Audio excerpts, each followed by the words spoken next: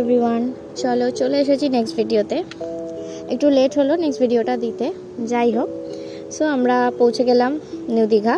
একদম ভোর 5টায় আমাদের নামিয়ে দিয়েছে। খুব ফার্স্ট এসেছে বাসটা, খুবই ফার্স্ট এসেছে আর খুবই ভালো এসেছে, মানে এত সুন্দর বুঝতেই পারিনি বাস জার্নি হয়েছে। যাই হোক, তো এত ভোরবেলায় তো পাবো না এখন হোটেল, আমাদের হোটেল আগে থেকে বুকিং ছিল না। যাই হোক, তো আমরা বিচটা একটু ঘুরে টুরে নিলাম, বসলাম, চা খেলাম।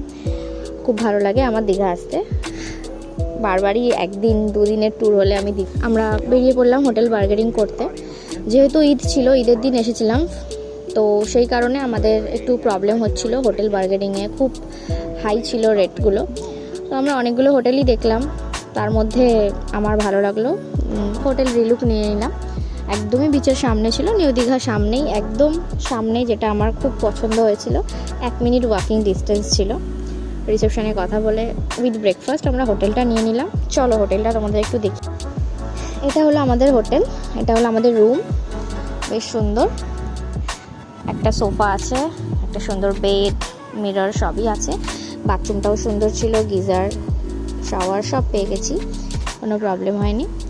আর ব্রেকফাস্টও খুব ভালো ছিল। যাই হোক, অ্যাটলিস্ট রুম পেলাম। এবার আমরা যাব ব্রেকফাস্টটা করে নেব, বেলা হয়ে গেল। চলো ব্রেকফাস্টেও খেয়ে নিলাম আমি পরোটা ঘুগনি। চলো টাটা, নেক্সট এবার স্নান করতে যেতে হবে। আবার দেখা হচ্ছে নেক্সট ভিডিওতে। টাটা।